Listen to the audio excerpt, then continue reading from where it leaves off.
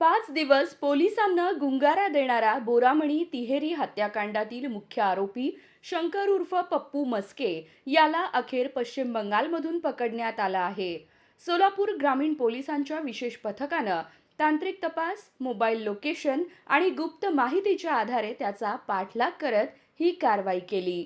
दक्षिण सोलापूर तालुक्यातील बोरामणी येथे 2 मेच्या मध्यरात्री पप्पू मस्के यानं वहिनी गायत्री मस्के आणि तिची 2 मुले प्रिया व शिवराज यांच्यावर गच्चीवर झोपत असताना तलवारीने सपासप वार करून निर्घृण हत्या केली होती.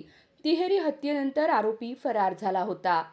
या प्रकरणामुळे संपूर्ण सोलापूर जिल्हा हादरला होता. तालुका पोलिसांनी तातडीने तपास सुरू करत विविध राज्यात शोध मोहीम राबवली. तपासादरम्यान यापूर्वी 5 संशयितांना ताब्यात घेण्यात आले होते.